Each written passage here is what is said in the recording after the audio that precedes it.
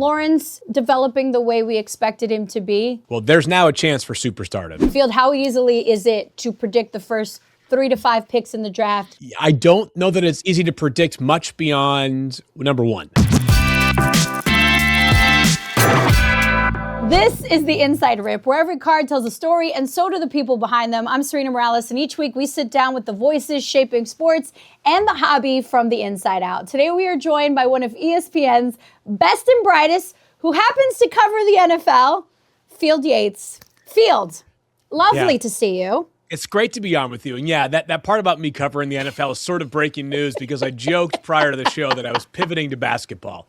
After 12 plus years in the NFL, I've decided that basketball is a better fit for me. Given my illustrious playing career, it felt only natural to pivot to the NBA. So watch out, Shams. I'm coming for the insider gig. You were like the fifth guy on the bench, right? Like left bench. I don't know about that. I was like, sell it too high. Maybe like giving out water bottles. That would work as well. Maybe a towel guy. Perhaps the guy that wipes the floor when the players sweat. Oh, man. Those are all good roles for me. Field, this happens to be the season of, oh my God, I didn't see that coming. Yeah. For example, the Panthers and Jags both won their division, just like we all thought they would. Right, yes. Right? 2 cats winning their division, yeah. Well, that's all we needed to do. We just needed to think about animals during this, back to my National Geographic days. Look, I should preface, right? The Panthers and Jags, they finished their seasons with completely different records. However, I'm going to bundle the two together. I'm sure you would say the same because they're similar in that I don't think anyone expected them to be here in January. Both teams, newish head coaches, quarterbacks with questionable futures, franchises that sadly a general NFL fan doesn't give much attention to. I'll start with the Panthers, who, like us, they didn't expect to win the division. There was no champagne spray celebration. There was no passing out of NFC South championship hats and T-shirts. And yet, they're in the playoffs for the first time since 2017 with a second-year head coach, Dave Canales. Yeah. How would you make sense of the Panthers this season? Well, I think we have to be honest with ourselves and acknowledge the division they play in, right? It's the only division where there was no team that had a winning record this year. The NFC South, every team was 8-9 or worse. Weirdly enough, 3 of the teams were 8-9. The Falcons made a hard charge late in the season. So it's not as if Carolina is entering the playoffs with a bunch of expectations from the outside, given the fact that they were 8-9. They lost their last couple of games of the season that set up this scenario in which they could make the playoffs at 8-9. But I would say if you're looking for like the optimistic view of where things have gone right this year, they're a much improved defensive front. They have been just steadier on defense really across the board this year. And then on offense, the best version of Bryce Young is hard to come by, but we saw it a few times this year. Very innovative player, has sort of some poise to him, in part because the Panthers have been playing from behind a lot. Mm-hmm. But Bryce has orchestrated a healthy number of comeback victories in the fourth quarter. So we've seen him kind of earn some stripes this year. The second year under Dave Canales, they run the football. They have been able to run the football effectively with Rico Dowdle. That's kind of waned during the later portion of the season. So as you can tell, as I'm kind of going back and forth on like the good and the not so good for the Panthers, there are reasons to be optimistic, but there's also reasons that this team was 8-9 as opposed to the team they're going to play in the first round, the Rams, who travel across the country for the first playoff game of the week at 12-5, a very different path to the playoffs for these two teams. It will be quite a journey for this team that, again, reading that Dave Canales is like, Monday morning, I am going to be ready with a playbook and we're going to work through this. Tet McMillan, that dude is quite the shining star, whether you want to, give it to Dave Canales, whether you want to give it to the offensive scheme. What is it about this guy that is definitely going to, does he win Offensive Rookie of the Year? Does he, where do we put him? You and I are having this conversation the day after the NFL regular season ended. To my knowledge, all Associated Press votes, which is sort of the voting panel of record on the major awards in the NFL, are due by today. I think it's really interesting who people decide on for that Offensive Rookie of the Year vote. If I were to make a decision, I think it ultimately comes down to Tetairoa McMillan versus Jackson Dart for the Giants. I know that there's been some momentum for Tyler Shuck recently, but Chuck playing 10 games versus Dart playing, I think it was 14 games this year for the Giants. Maybe it was a slightly lower number than that, but more games played for Jackson Dart, more touchdowns accounted for. Now their team ended with a winning record, but Shuck might get a boost because of those 4 wins late in the season. But I think Tetairoa Mcmillan probably ends up winning the award. Up over 1,000 receiving yards this season. It wasn't always the steadiest of ships for this offense, but he was pretty reliable when they threw the ball his way. It gives me a lot of optimism that Mcmillan's going to be the kind of player you can build a passing game around in future years. He's got great size, obviously. He was a red zone threat. He had a game with multiple receiving touchdowns this year. There's certainly some like young Mike Evans nature to his game. That's a huge compliment, obviously, and a long, long ways to go before he gets anywhere close to Mike. That being said, if you're looking for maybe the best case scenario of what he could become, it would to get on a track like Mike Evans, where his vertical receiving threat and his size makes him a big-time part of any passing offense. Let's go to the Jaguars for a second because while they are in the playoffs and we expected them to be, I don't think anyone expected them to finish with 13 wins or over 13 wins with a first-year head coach, Liam Cohen, who is now the only rookie head coach to make a team from 4 or fewer wins the prior season to then getting them 12 or more victories in his debut year. Is there anything that can be replicated from what the Jaguars have done this season? If your other teams around the NFL hoping to be Jaguars 2.0 next year, I would say that be careful chasing a ghost, right? There's lots of evidence of an NFL team going from worst to first. Just this year alone, we had the Niners make the playoffs as a team that finished in 4th place last year. The Bears won their division after finishing in 4th place last year. The Patriots won their division after finishing in 4th place last year. So you definitely can do it. Jaguars, obviously, as well. I think what's probably most impressive for me about Jacksonville is that if you think back to last offseason, it wasn't as though the Jaguars made a bunch of splashy moves prior to the draft that made you feel like, all right, they spend so much in free agency that sometimes you get out what you put in and they're going to immediately improve. No, I mean, they did a lot of solid things in free agency, but they weren't the big sexy moves that a lot of people typically associate with big jumps forward for a team in the win category. And then on top of that, their biggest move of the offseason player personnel-wise was they traded up in the draft for Travis Hunter. Hunter played, I think it was 7 games prior to ending his season because of an LCL injury. And it wasn't like Travis Hunter took off and was the unicorn that I think they hoped they were getting. It's not that Jacksonville has succeeded in spite of itself. It's more so that they've reminded us that team building goes way beyond just the headlining moves. It's players that have just been really solid, who have just sort of filled the gaps that they were missing last year. And on top of that, we can spend all offseason talking about what you can do in free agency and what you can do in the draft. But player development is always going to be one of the most important keys to success from one year to the next. And the Jaguars have totally righted the ship for Trevor Lawrence. I don't think it's a stretch at all to say he's playing the best football of his life. He looks very confident, and this team has gotten a version of him that looks a lot like the player that back in 2021, in a quarterback class that had 5 in the top 15, there really was never much debate. It was going to be Trevor Lawrence going number 1 overall, and 5 years later, certainly understand why Jacksonville made him that number 1 overall pick. Okay, so Trevor Lawrence's card market is as confusing as perhaps the Jaguars' success this season. Yeah. Is Lawrence developing the way we expected him to be now? Is he back on track? Well, there's now a chance for superstardom. So if the stock is at somewhere around medium because there are people that are just not sold yet, this is a good opportunity to buy here on Trevor Lawrence, who I think that a couple of things he has for him going forward that he hasn't had a ton of during his NFL career is, I think stability is one of the biggest factors here. Think about all the coaching turnover Trevor Lawrence has had since he entered the NFL, right? So head coaches that have worked with Trevor Lawrence prior to this obviously include Urban Meyer and also Doug Peterson, Liam Cohen's going to enter next year with no questions about whether he's the guy, the right fit, yes or no. It's going to be Liam Cohen is a star head coach that Trevor Lawrence gets to work with. They've worked hard to patch up the offensive line. They've invested money in it. They've invested money and trade assets into the wide receiver room as well. So if I'm Trevor Lawrence, I'm saying to myself, life is good right now. This is a division that maybe felt like coming into the year was not winnable for anybody other than Houston. Turns out it very much was winnable for Jacksonville, who I can't wait. I think my favorite game of Wild Card Weekend is Jaguars-Bills.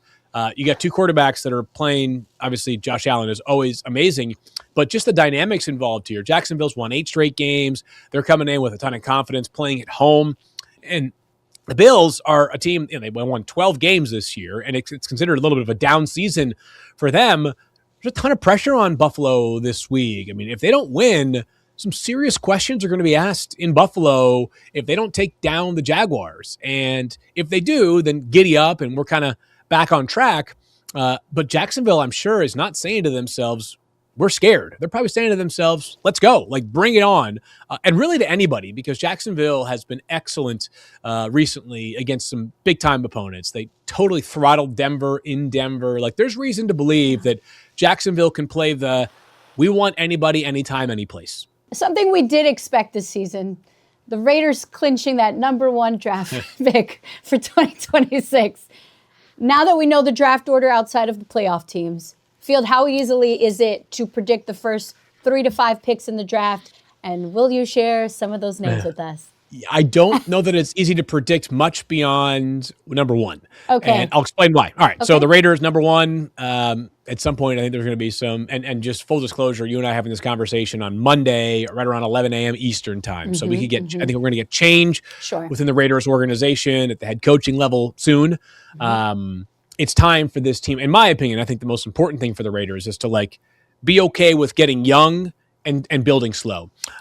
This team plays in a division where you've got 3 quarterbacks and obviously Patrick Mahomes, Justin Herbert, Bo Nix, whatever order you want to scramble those last 2 into that are good with very good head coaches as well.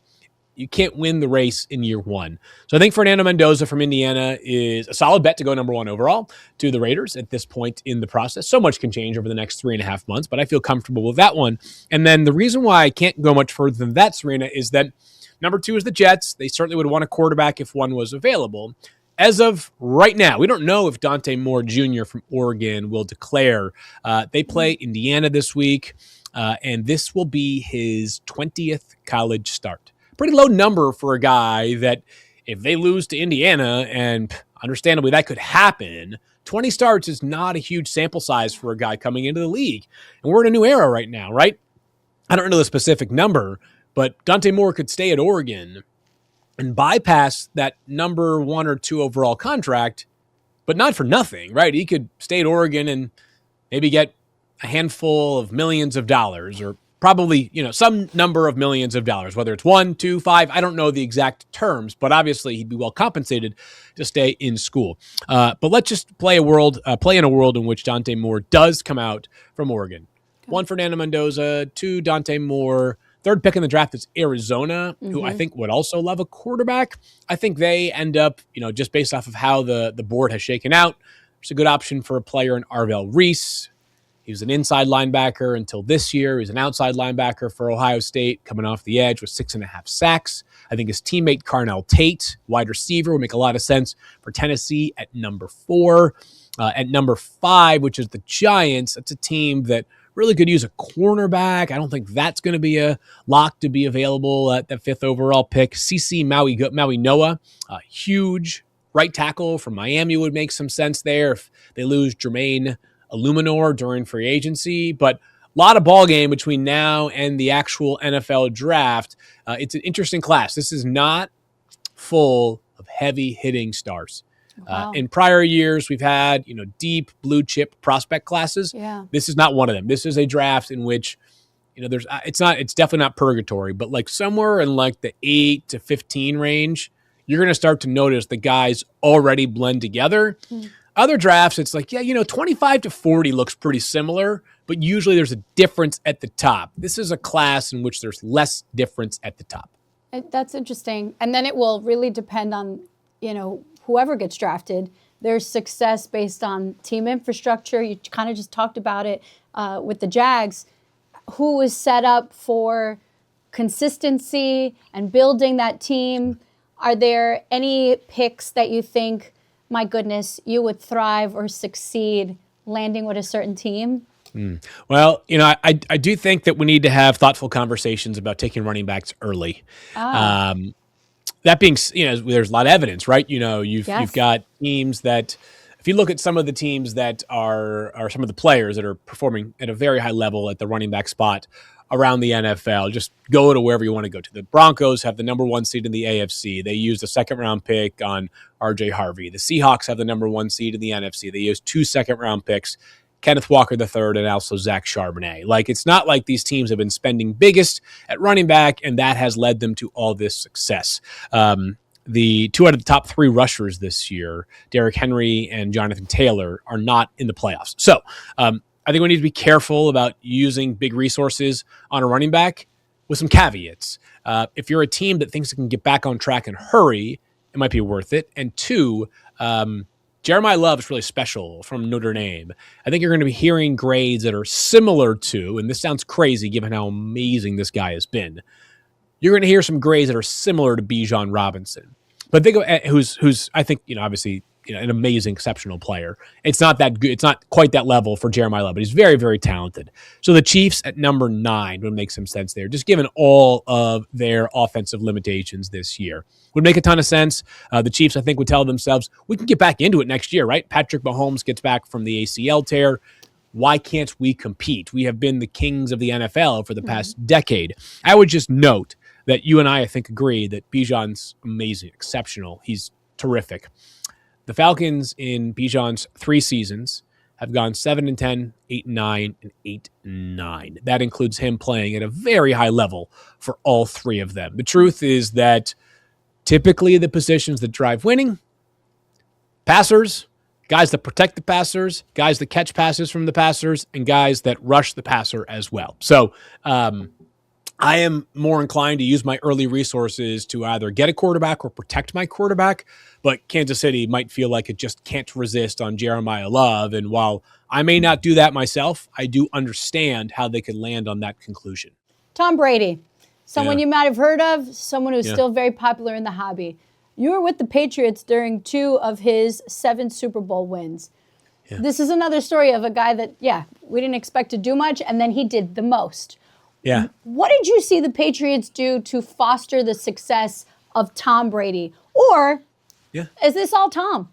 No, I think that this goes hand in hand, right? I mean, it's always been a little bit of a pet peeve of mine when people want to take away from either side of the accomplishment there.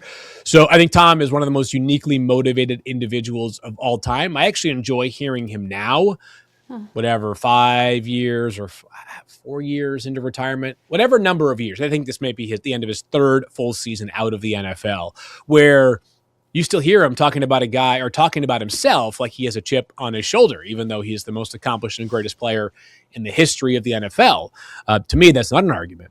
So I think there's some of that to Tom, is that like his motivation was one of one. His determination was one of one. I remember Wes Welker used to talk about this. Wes, of course, the legendary longtime Patriots receiver who also played for the Dolphins, the Broncos. And Wes said that every decision that Tom made in his life was dedicated towards being a better football player and continuing to play football, right? And that was his absolutely incredible diet, his way he maintained his body, his routines, his pliability, all those things. On top of that, the Patriots, I think, were always doing an excellent job of fostering Tom, as you mentioned, and that's done through a variety of ways. One, it's investing in coaches around him. 2, and I know that this is a million years ago, it feels like in real life, but Tom, during his first season as the starter, 2001, which the Patriots won the Super Bowl in training camp, maybe just prior to that, their very well-respected quarterback coach, Dick Rabine, passed away. And there's not really a game plan for training camp when you lose your quarterback coach. So Bill Belichick actually kind of took over as a pseudo QB coach for the team that year.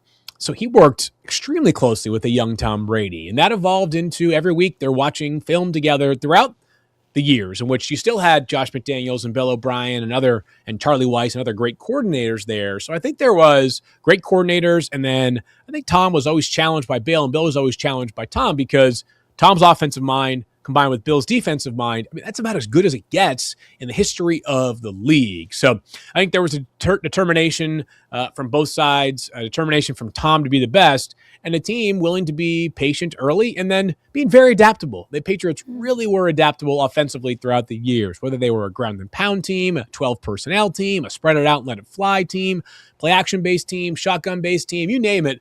They were always very much thinking about what do you do poorly and do our players do the right things to expose that? And if they do, here we go. Rapid fire. When is Josh Allen going to win a Super Bowl? 2027? Okay. Yeah. Okay. Myles Garrett, what happens first? Someone breaks his sack record or he breaks his own sack record? I'm going to go he breaks his own sack record. Like that. Yep. Is Shedeur Sanders the answer to the Browns or is it Dylan Gabriel? I'm going to go with neither. I think the Browns are going to shop for a quarterback this offseason again. Okay. They say defense wins championships. Will this Super Bowl be won by a defensive team or an offensive team? I'm going to go with the defensive team this year. Darn, because I was going to ask if we could stop using that line, but you Dang it! Gave it to me. And finally, how many Bad Bunny songs have you learned in preparation for the halftime show?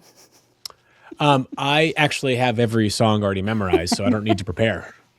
Biggest Bad Bunny fan in existence, Field Yates. We want to emphasize the We and We the Hobby. Can you open up that box that I mailed to you sometime last week or so? Got it. That one right there. Thanks, Field. All righty. Here we go. Hey, there you go. So that's a game-worn jersey card of Mr. Tom Brady, specifically from 2007 Topps draft picks and prospects. You told me that was your favorite player. And Tom Brady is my favorite athlete of all time. Why? Yeah. I mean, for lots of reasons, but I'd like to hear yours. Again, I mean, having the opportunity to be around him a little bit certainly was something I appreciated. I would say this. Thank you, by the way. This is incredible. I truly appreciate Tom in so many ways. Say again? You can take it out of the box. I just want, I'm going to lose it if I'm going to do something stupid. So, dedication to greatness is something that I've always felt is super admirable. And, you got to make sacrifices and decisions and consequences come with those decisions. And, you can't be perfect in every area of your life. But I really respected that Tom made sure that he exhausted every last resource to become a great NFL quarterback, and not just a great NFL quarterback, but the greatest NFL quarterback, in my opinion. I just don't think his resume will ever be matched. I know that Patrick Mahomes has done a lot to chip away at it right away, and he definitely has a chance. It's hard, man. 20-plus years. Man alive, did Tom Brady empty the bucket for 22 NFL seasons. Here's one final thought, and then I will let you go, but I have this very vivid memory of Andrew Whitworth, one of the greatest to play that position, to play the game. And after the Rams lost their Super Bowl against the Patriots in 2018, we get off the bus, the team bus parks their car back at the Rams facility. And I'm still stuck on the bus because I'm the last one to get off the bus with the team. And I am waiting to get off, and I am watching Andrew Whitworth in sweats. He had just lost the Super Bowl the day before, and he was on the field running around the field, like just working out again after you just played in the toughest. Yeah, and that stands out for me forever as like, holy moly. Like, was there ever that, like something you even look at that card that you're holding and go, this somehow resonates with me, or it's a memory that stands out to you? Yeah, that's man, a lot of memories. This is kind of like a Debbie Downer here, but it's not about Tom Brady, but it's about the Patriots. Patriots lost the Super Bowl 16-0 season against the Giants, obviously, and Logan Mankins, who was an unbelievable player for the Patriots, a Pro Bowl, All-Pro guard, had been growing this beard out all season. He had this. I mean, it was like wildebeest level beard. And we got on the bus, and not a word was spoken. And everybody just sitting there in stunned silence. And Logan just starts shaving his beard. And it was just like it was the only thing he knew to do, right? It was just like, get rid of this thing. And it's one of those moments where you're like, man, this is just, it's the, the highs and lows of sports. And, certainly feel bad for anybody that's ever lost a Super Bowl. Hopefully, as you get further and further removed from it, you have to have an appreciation, hopefully, for being there too. That was one of those moments. Again, it was obviously sad. It was somber, but it was the reality of sports. And, generally to enjoy all the good that comes, not just in sports, but in life, you got to be able to, weather the storm when things don't go your way as well. Well, I'm so glad that you could join us. The Hobby is for everyone. We're so glad you're a part of it. Did you collect cards? Do you have any cards with Tom Brady? Oh yeah, I got some cards. Don't you worry about that. Okay, yeah, you can add that one to your collection field. And good luck with your NBA career covering. Thank you so much. I appreciate it.